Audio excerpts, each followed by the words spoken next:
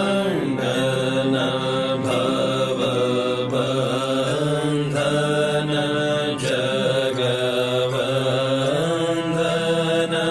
ವಂದಿತೋ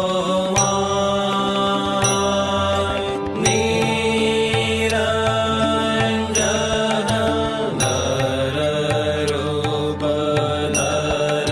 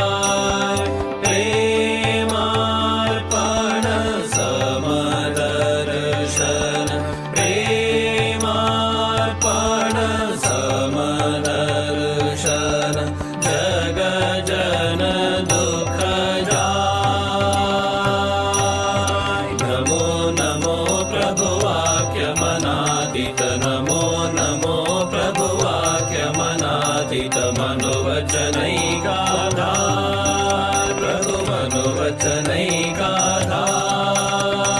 ज्योतिर ज्योति उजल हृदि कंदर ज्योतिर ज्योति उजल हृदि कंदर तुमि तम भंजनहार प्रभु तुमि तम भंजनहार नमो नमो प्रभु वाक्यमनादित नमो नमो प्रभु वाक्यमनादित मनोवचनैकाधार प्रभु मनोवचनैकाधार ज्योतिर ज्योति उजल हृदि कंदर ज्योतिर ज्योति उजल हृदि कंदर तुमि तम भंजनहार प्रभु तुमि तम भंजनहार धिधि धिलंग रंग भंग बाजे अंग संग मृदंग धिधि धिलंग रंग भंग बाजे अंग संग मृदंग गायचे छंद भक्त वृंद आरती तुम्हार गायचे छंद भक्त वृंद आरती तुम्हार जय जय आरती तुम्हार हर हर आरती तुम्हार शिव शिव आरती तुम्हार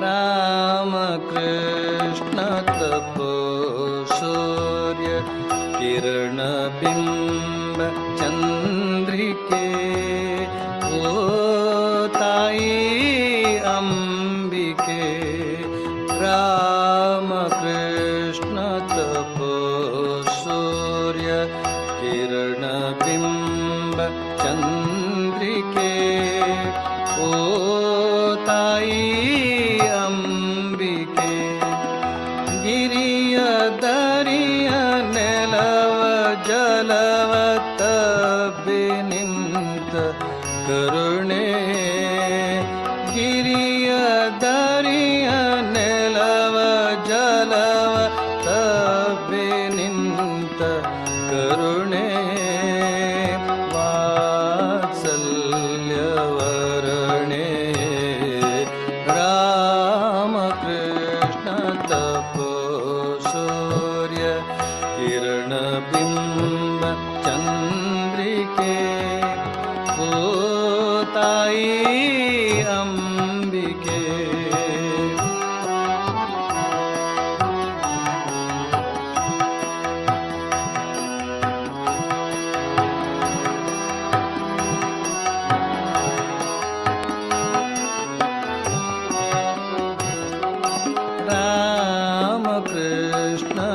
ತಪೋವನದ ಪರ್ಣಕುಟಿಯ ದೀಪವೇ ರಾಮಕೃಷ್ಣ ತಪೋವನದ ಪರ್ಣಕುಟಿಯ ದೀಪವೇ ಬಳಿಗೆ ಬಂದ ಹಣತೆಗಳಿಗೆ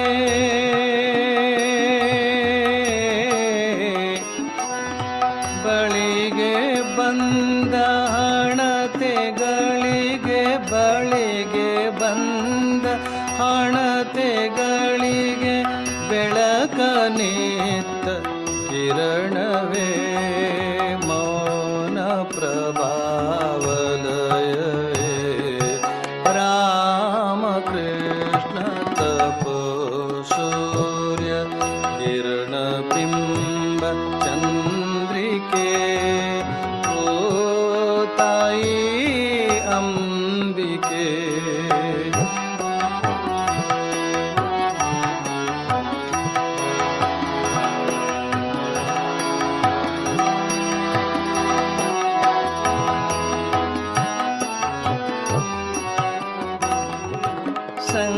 ಸಂಕಟಗಳ ವನವಸನವನೊಟ್ಟು ನಿಂತ ಶಿಖರವೇ ಸಂಕಟಗಳ ವನವಸನವನೊಟ್ಟು ನಿಂತ ಶಿಖರವೇ ನದ ನದಿಗಳ ವಾತ್ಸಲ್ಯದ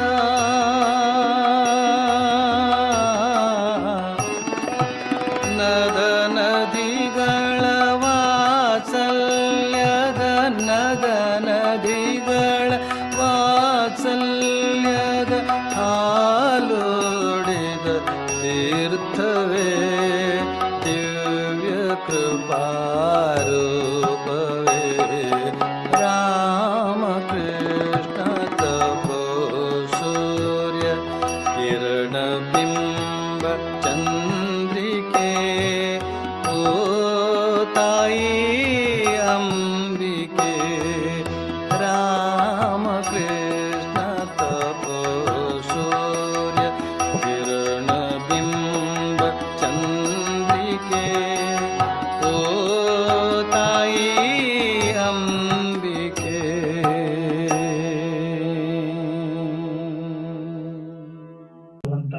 ನಿರಂತರ ನನ್ನ ಮನಸ್ಸಿನಲ್ಲಿ ನಿನ್ನ ದಿವ್ಯ ಮೂರ್ತಿಯ ನಾಮ ಇರುವಂತೆ ಮಾಡು.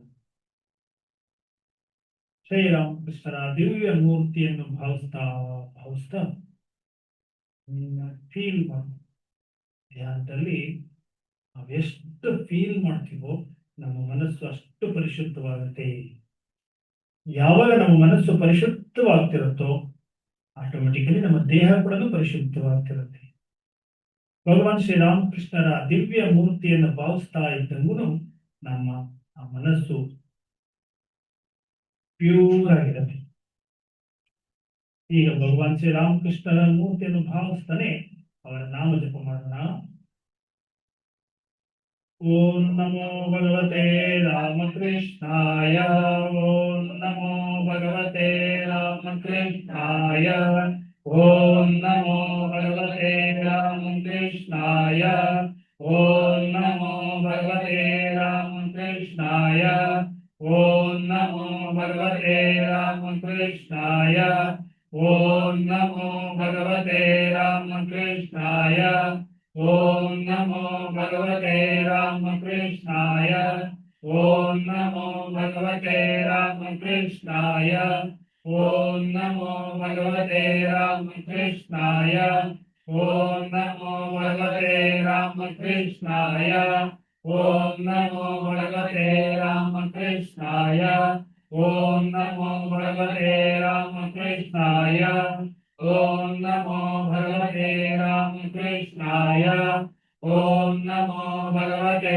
ರಾಮಕೃಷ್ಣಾಯ, ಓಂ ನಮೋ ಭಗವತೆ ರಾಮಕೃಷ್ಣಾಯ, ಓಂ ನಮೋ ಭಗವತೆ ರಾಮಕೃಷ್ಣಾಯ, ಓಂ ನಮೋ ಭಗವತೆ ರಾಮಕೃಷ್ಣಾಯ, ಓಂ ನಮೋ ಭಗವತೆ ರಾಮಕೃಷ್ಣಾಯ, ಓಂ ನಮೋ ಭಗವತೆ ರಾಮಕೃಷ್ಣಾಯ. ಓಂ ನಮೋ ಭಗವತೆ ರಾಮಕೃಷ್ಣಾಯ. ಓಂ ನಮೋ ಭಗವತೆ ರಾಮಕೃಷ್ಣಾಯ. ಓಂ ನಮೋ ಭಗವತೆ ರಾಮಕೃಷ್ಣಾಯ. ಓಂ ನಮೋ ಭಗವತೆ ರಾಮಕೃಷ್ಣಾಯ.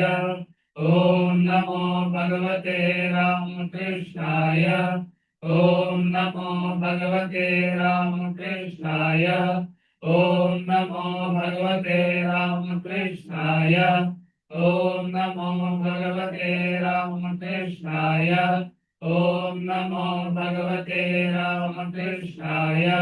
ಓಂ ನಮೋ ಭಗವತೆ ರಾಮಕೃಷ್ಣಾಯ. ಓಂ ನಮೋ ಭಗವತೆ ರಾಮಕೃಷ್ಣಾಯ. ಓಂ ನಮೋ ಭಗವತೆ ರಾಮಕೃಷ್ಣಾಯ. ಓಂ ನಮೋ ಭಗವತೆ ರಾಮಕೃಷ್ಣಾಯ. ಓಂ ನಮೋ ಭಗವತೆ ರಾಮಕೃಷ್ಣಾಯ. ಓಂ ನಮೋ ಭಗವತೆ ರಾಮಕೃಷ್ಣಾಯ. ಓಂ ನಮೋ ಭಗವತೆ ರಾಮಕೃಷ್ಣಾಯ. ಓಂ ನಮೋ ಭಗವತೆ ರಾಮಕೃಷ್ಣಾಯ. ಓಂ ನಮೋ ಭಗವತೆ ರಾಮಕೃಷ್ಣಾಯ. ಓಂ ನಮೋ ಭಗವತೆ ಕೃಷ್ಣಾಯ. ಓಂ ನಮೋ ಭಗವತೆ ಕೃಷ್ಣಾಯ. ಓಂ ನಮೋ ಭಗವತೆ ರಾಮಕೃಷ್ಣಾಯ. ಓಂ ನಮೋ ಭಗವತೆ ರಾಮಕೃಷ್ಣಾಯ.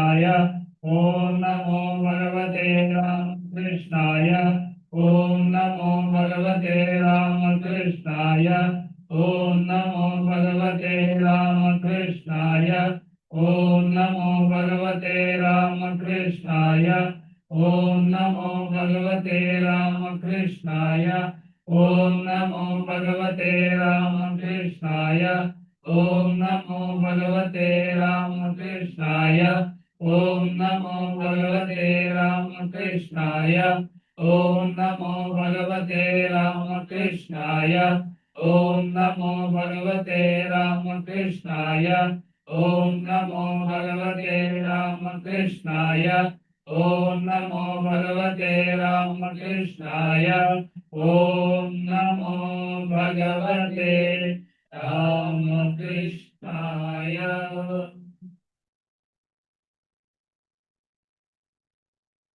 ಎಲ್ಲರೂ ಆ ಭಗವಾನ್ ಶ್ರೀರಾಮಕೃಷ್ಣರ ಪದರ ಕಮಲದಲ್ಲಿ ನಮಸ್ಕರಿಸಿ ಶ್ರೀರಾಮಕೃಷ್ಣರ ದಿವ್ಯ ಮೂರ್ತಿಯನ್ನು ಭಾವಿಸ್ತಾನೆ ನಿಧಾನಕ್ಕೆ ಕಣ್ಣುಗಳನ್ನು ತೆಗೆಯಿರಿ.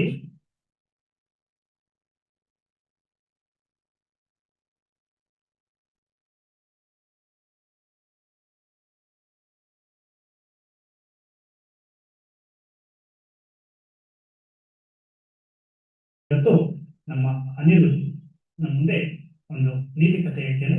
ಯಾವ ನೀತಿ ಕಥೆ ಹೇಳ್ತಾನೆ ಅನ್ನೋದನ್ನ ಅದರ ಈಗ ನೋಡೋಣ.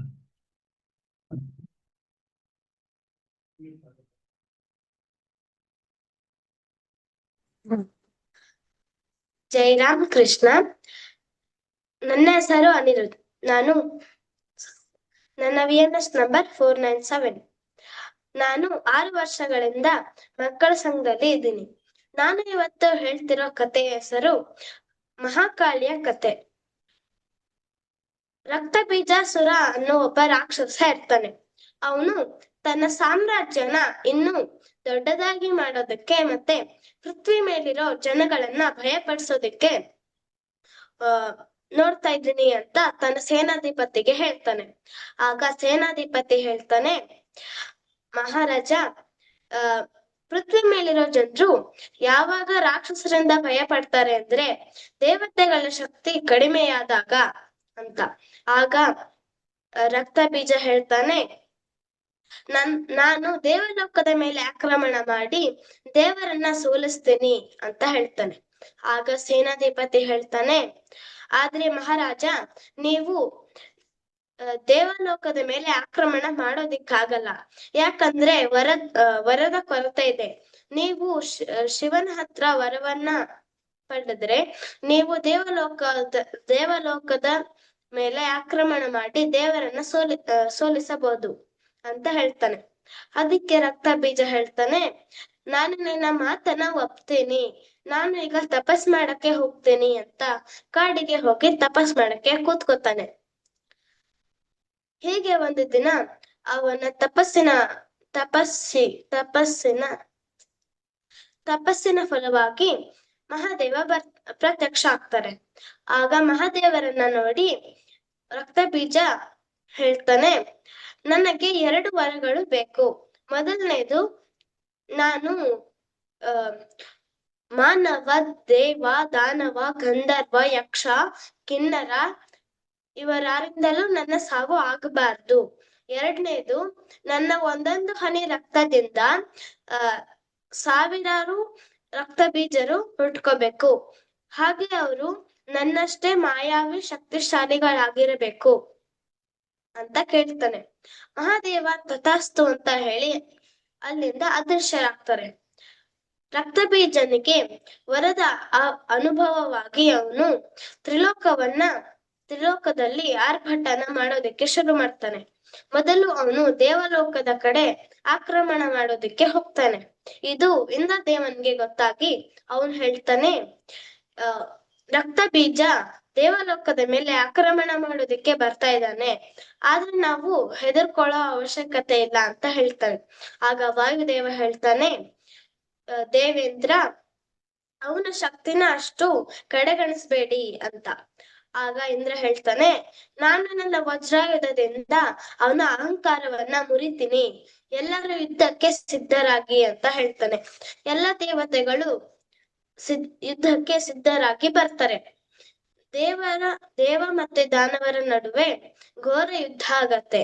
ಆಗ ದೇವೇಂದ್ರನ ಶಕ್ತಿಯಿಂದ ರಕ್ತ ಬೀಜನ ಮೈ ಮೇಲೆ ಗಾಯಗಳಾಗೋದಿಕ್ಕೆ ಶುರುವಾಗ್ತವೆ. ಆ ಗಾಯದಿಂದ ರಕ್ತ ನೆಲದ ಮೇಲೆ ಬೀಳ್ತಿದ್ದ ಹಾಗೇನೆ 1000 ರಕ್ತ ಬೀಜರು ಹುಟ್ಟುತ್ತಾರೆ. ಮತ್ತೆ ಅವರು ಯುದ್ಧ ಮಾಡ್ತಿರ್ತಾರೆ. ಇದನ್ನ ನೋಡಿ ರಕ್ತ ಬೀಜ ಹೇಳ್ತಾನೆ, ಇಂದ್ರ, ನನ್ನ ಒಂದೊಂದು ಹನಿ ರಕ್ತದಿಂದ ಸಾವಿರಾರು ರಕ್ತ ಬೀಜಾಸುರರು ಹುಟ್ಕೋತಾರೆ, ನೀನು ನನ್ನನ್ನ ಏನು ಮಾಡಕ್ಕಾಗಲ್ಲ ಅಂತ ಹೇಳ್ತಾನೆ. ಇಂದ್ರನು ಎಷ್ಟೇ ಕಷ್ಟಪಟ್ರುನು ರಕ್ತ ಬೀಜನನ್ನ ಸೋಲ್ಸೋದಕ್ಕೆ ಆಗಲ್ಲ.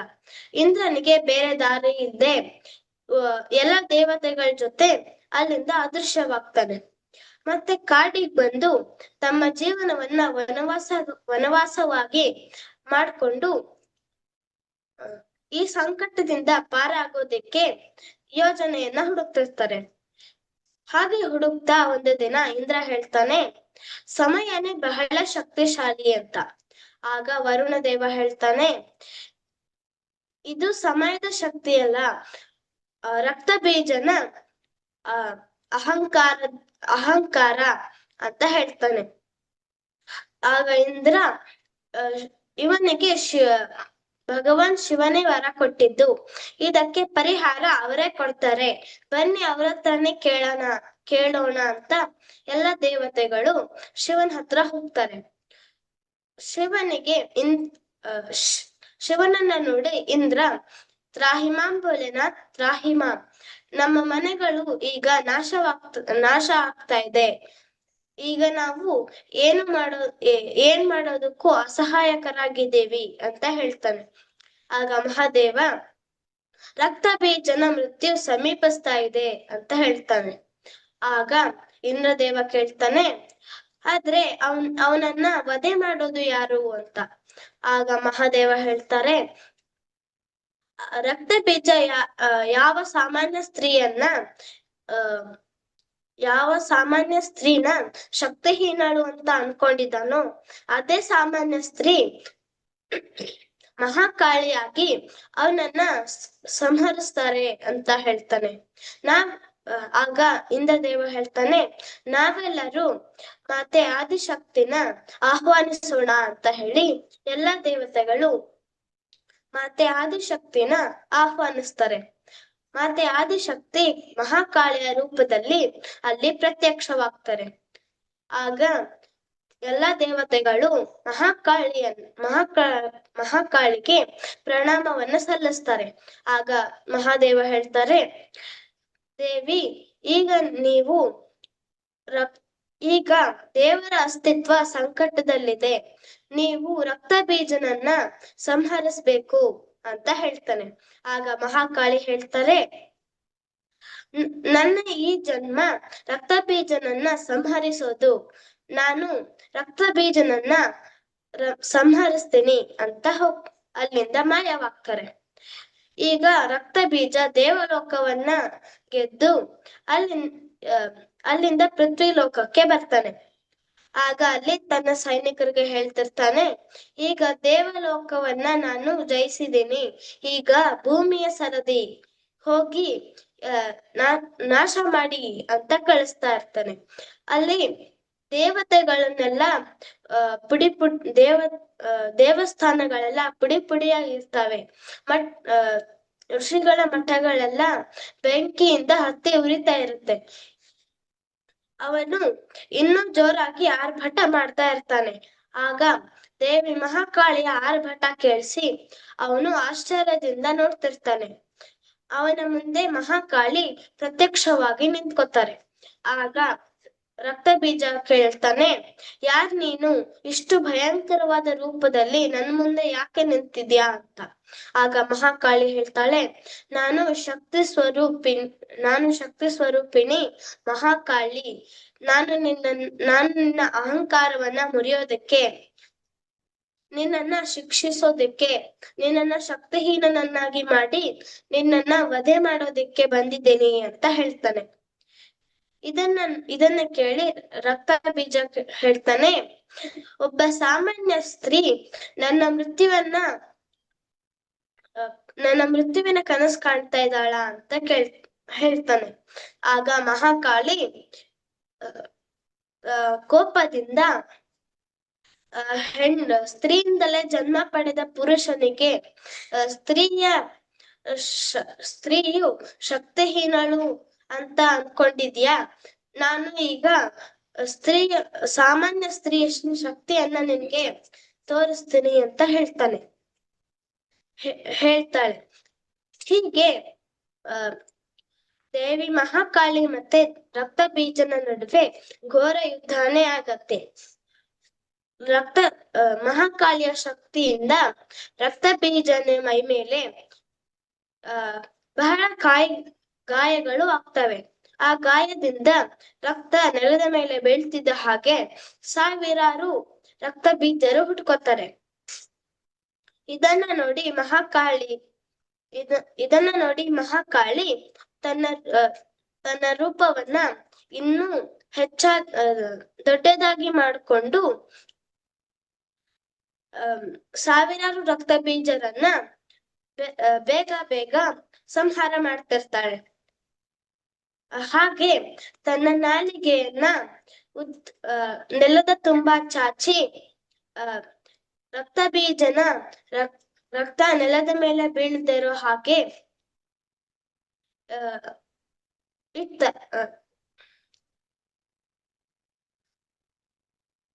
ರಕ್ತ ಬೀಜನ ರಕ್ತ ನೆಲದ ಮೇಲೆ ತಾಗದಿರೋ ಹಾಗೆ ನಾಲಿಗೆಯನ್ನ ಚಾಚ್ತಾರೆ. ರಕ್ತ ಬೀಜನ ರಕ್ತ ಮಹಾಕಾಳಿಯ ನಾಲಿಗೆಯ ಮೇಲೆ ಬೀಳ್ತಿದ್ದ ಹಾಗೆ ಮಹಾಕಾಳಿ ರಕ್ತವನ್ನ ಕುಡಿಯೋದಕ್ಕೆ ಶುರು ಮಾಡ್ತಾರೆ. ಹಾಗೆ ಮಹಾಕಾಳಿ ರಕ್ತ ಬೀಜನ ಶಿರವನ್ನ ಕತ್ತರಿಸಿ ರಕ್ತ ಬೀಜನನ್ನ ಸಂಹರಿಸ್ತಾರೆ. ಆದ್ರೆ ಮಹಾಕಾಳಿಯ ಕೋಪ ಇನ್ನೂ ಶಮನವಾಗಿರೋದಿಲ್ಲ. ಇನ್ನು ಕೋಪಿತರಾಗಿ ಓಡಾಡ್ತಿರ್ತಾರೆ.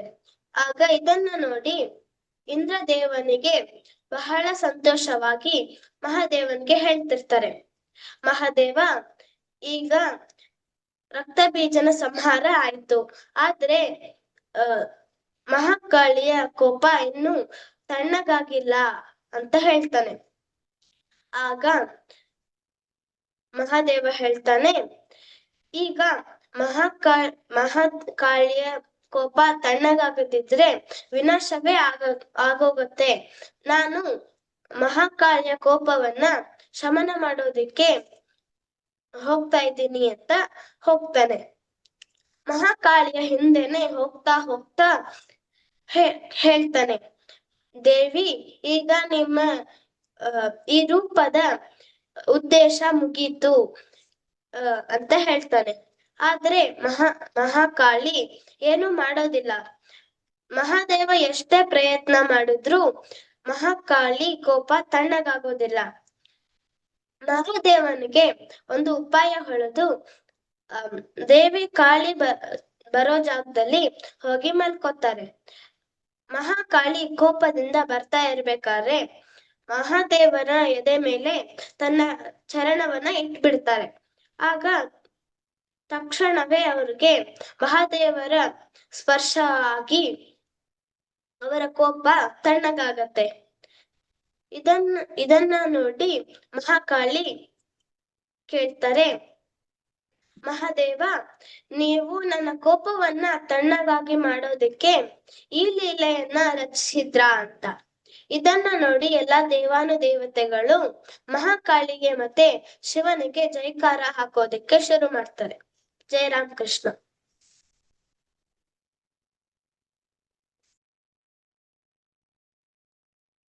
ಜಯರಾಮಕೃಷ್ಣ ಅನಿರುದ್ಧ್ ಸುದೀರ್ಘವಾದಂತ ನವರಾತ್ರಿಗೆ, ಅದರಲ್ಲೂ ದುರ್ಗಾ ಸಪ್ತಶತಿಯ ಒಂದು 8ನೇ ಅಧ್ಯಾಯ ಏನಿದೆಯೋ ಅದು ಪೂರ್ತಿ ಶ್ಲೋಕ ಇದೇ ಇರೋದು. ಆ ಒಂದು 8ನೇ ಅಧ್ಯಾಯದಲ್ಲಿ ರಕ್ತ ಬೀಜಾಸುರನ ಸಂಹಾರ ಅಂತ ಬರುತ್ತೆ. ತುಂಬಾ ಸುಂದರವಾಗಿ ಇಡೀ ಕಥೆನ ಆ ಒಂದು ನವರಾತ್ರಿಯ ಇದು ಒಂದು ನವದುರ್ಗೆಯರಲ್ಲಿ ಮಹಾಕಾಳಿ ಒಂದು ಅವತಾರ. ಈ ಅವತಾರ ಅದರ ಬಗ್ಗೆ ನೀನು ಆ ರಕ್ತ ಬೀಜಾಸುರನ ಸಂಹಾರದ ಬಗ್ಗೆ ಇದು ಒಂದು ನಮ್ಮ ಪುರಾಣದಲ್ಲಿ ಇರುವಂತಹ ಕತೆ.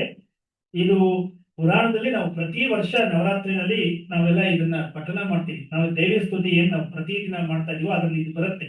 ರಕ್ತ ಬೀಜಾಸುರನ್ನ ಹೇಗೆ ಮಹಾಕಾಳಿ ಸಂಹಾರ ಮಾಡಿದ್ಲು ಅನ್ನೋ ಶ್ಲೋಕಗಳಿದೆ. ಸೊ ಹೀಗಾಗಿ ಇವತ್ತಿನ ಒಂದಿನ ಈ ಒಂದು ನವರಾತ್ರಿಯ ಈ ಶುಭ ದಿನದಿಂದ ನೀನು ಆ ಒಳ್ಳೆ ಕಥೆನ ನಮ್ಮೊಂದಿಗೆ ಹಂಚ್ಕೊಂಡಿದ್ಯಾ. ಇಲ್ಲಿ ನಾವು ಕಥೆಯ ಸ್ವರೂಪ ನೋಡಿದಾಗ ರಕ್ತ ಬೀಜಾಸುರನಂತ ಅಸುರರು ನಮ್ಮ ದೇಶದಲ್ಲಿ ಇವತ್ತಿಗೂ ಇದ್ದಾರೆ. ಅಂದ್ರೆ ಹೇಗೆ ಅವನು ಆ ಅಸುರತನ ಹೇಗಿತ್ತಪ್ಪ ಅಂತಾನೆ ಅವನು ಒಂದೊಂದು ಡ್ರಾಪ್ ಆಫ್ ಬ್ಲಡ್ ಕೂಡ ಅಸುರ ರಾಕ್ಷಸರು ಉಟ್ಕೊಂತಿರ್ತಾರೆ ಅಂದಾಗ ಇಲ್ಲಿ ನಮ್ಮಲ್ಲಿ ನೋಡ್ಬೋದು ಎಷ್ಟೋ ಜನ ರಾಕ್ಷಸರ ಒಂದು ಏನು ಪ್ರವೃತ್ತಿ ಬೆಳೆಸ್ಕೊಂಡಿರ್ತಾರೋ ಅವ್ರ ಮಕ್ಕಳೆಲ್ಲ ರಾಕ್ಷಸರಾಗಿಯೇ ಬೆಳೀತಿರ್ತಾರೆ. ಇದನ್ನ ನಾವು ನೋಡ್ಬೋದು. ರಾಕ್ಷಸಿ ಗುಣ ಬೆಳೆಸ್ಕೊಂಡವ್ರ ಮಕ್ಕಳಿಗೂ ಅದೇ ಗುಣ ಬಂದ್ಬಿಟ್ಟಿರುತ್ತೆ. ಅವಾಗ ಏನ್ ಮಾಡ್ಬೇಕು? ಎಲ್ಲರೂ ಏನ್ ಮಾಡಿದ್ರು? ಆ ರಕ್ಷ ಬೀಜಾಸುರನ ಸಂಹಾರ ಮಾಡೋದಕ್ಕೆ ದೇವಾನುದೇವತೆಗಳಿಗೆ ಸಾಧ್ಯ ಆಗ್ತಿದಾಗ ಎಲ್ಲ ಭಗವಂತನ ಮೊರೆ ಹೋದ್ರು, ಶಿವನ್ ಮೊರೆ ಹೋದ್ರು. ಯಾಕೆಂದ್ರೆ ಆ ಒಂದು ಕಾಳಿ ರೂಪದಲ್ಲಿ ಆ ಪಾರ್ವತಿ ಬಂದು ಸಂಹಾರ ಮಾಡಿದ್ರು. ಹೀಗೆ ನಾವು ಏನೇ ನಮ್ಮಲ್ಲಿ ರಕ್ತ ಬೀಜಾಸುರ ನಮ್ಮಲ್ಲೇ ಇದ್ದಾನೆ, ಹೊರಗಡೆ ಎಲ್ಲೂ ಬೇಡ. ನಮ್ಮಲ್ಲಿ ಎಷ್ಟೋ ಜನ ರಾಕ್ಷಸರು ತುಂಬಿಕೊಂಡಿದ್ದಾರೆ. ಕಾಮ, ಕ್ರೋಧ, ಲೋಭ, ಮೋಹನ್ ಅಂತ ಅರಿಷಡ್ ವರ್ಗ ಅಂತ 6 ಜನ ರಾಕ್ಷಸರನ್ನು ನಿರಂತರ ಕಾಡ್ತಿರ್ತಾರೆ. ಅವ್ರ ನಾಶ ಮಾಡ್ಬೇಕು ಅಂದ್ರೆ ಏನು? ಈ ದೇವಿನ ಸ್ಮೃತಿ ಮಾಡೋದು, ಭಗವಂತನ ಸ್ಮರಣೆ ಮಾಡೋದ್ರಿಂದ ನಾವೆಲ್ಲ ಕೂಡ ನಮ್ಮಲ್ಲಿರುವಂತಹ ರಾಕ್ಷಸಿ ಗುಣಗಳನ್ನ ಸಂಹಾರ ಮಾಡ್ಕೊಳ್ಳಕ್ಕೆ ಭಗವಂತನ ಸ್ಮರಣೆ ಮಾಡೋಣ. ಈ ಒಂದು ನವರಾತ್ರಿಯಲ್ಲಿ ದೇವಿ ನಮ್ಮೆಲ್ಲರಿಗೂ ಕೂಡ ನಮ್ಮಲ್ಲಿರುವಂತಹ ರಾಕ್ಷಸರನ್ನ ಸರ್ವನಾಶ ಮಾಡಿ ನಮ್ಮನ್ನೆಲ್ಲ ಶಾಂತತೆಯಿಂದ ಜೀವನ ನಡೆಸೋ ಹಾಗೆ ಮಾಡ್ಲಿ ಅಂತ ನಾವೆಲ್ಲ ದೇವಿಗೆ ಪ್ರಾರ್ಥಿಸ್ತಾ. ಹಾಗೆ ಅನಿರುದ್ಧ್ಗೆ ಒಂದು ಧನ್ಯವಾದಗಳನ್ನ ತಿಳಿಸ್ತಾನೆ. ತುಂಬಾ ಉತ್ತಮವಾದಂತ ಒಂದು ಕಥೆ ನಮ್ಮೊಂದಿಗೆ ಇವತ್ತಿನ ದಿನ ಶೇರ್ ಮಾಡ್ಕೊಂಡಿದ್ದೇನೆ. ಅನಿರುದ್ಧ್ಗೆ ಧನ್ಯವಾದ. ಈ ಒಂದು ಹ್ಯಾಬಿಟ್ ನಾವು ಬೆಳೆಸ್ಕೋಬೇಕಾದ್ರೆ ಸ್ವಾಮೀಜಿ ಹೇಳಿದಂಗೆ make this a habit that behind everything God is there.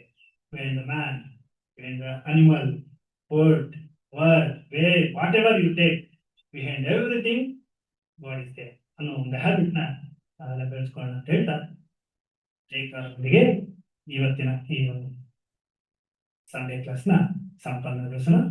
ನಮ್ಮ ಇನ್ನು 43 ಸಂಡೇಸ್ ಅಹೆಡ್ ಟು 1000 ಸಂಡೇಸ್. 43 ಸಂಡೇಗಳು ಕಳೆದ್ರೆ ನಮ್ಮ ಮಕ್ಕಳ ಸಂಘದ್ದು 1000 ಸಂಡೇಸ್ ಆಗುತ್ತೆ.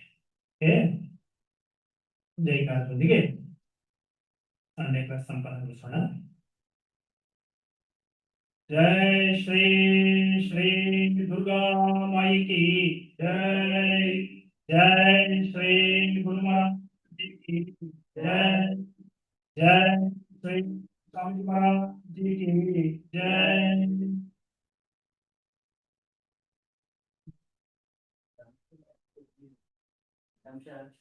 ಗೊತ್ತಿಲ್ಲ ಕಥೆಗೆ ಹೇಳ್ತೀನಿ. ಅವ್ನು ಹೇಳಿದ ನಿನ್ನೆ ಪಾಪ ಅವ್ನು ಮಾಡಿದಲ್ವಾ topic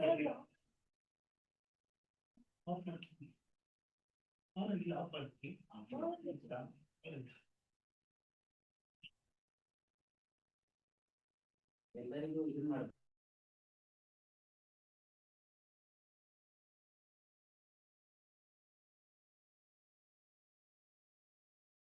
Jairam Krishna sir. Jairam Krishna sir. Jairam Krishna sir. Jairam Krishna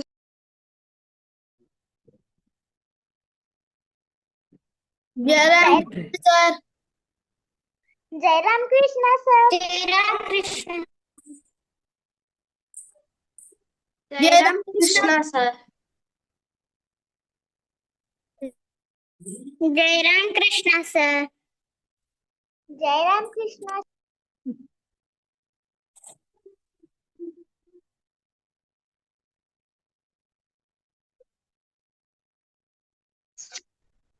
Jairam Krishna sir. Jairam Krishna sir. Jairam Krishna sir. Jairam Krishna sir. ब्रह्म हरि ब्रह्माग्नौ ब्रह्मणाहुतं ब्रह्मैव तेन गन्तव्यं ब्रह्म कर्म समाधिना हरि ओम तत्सत्।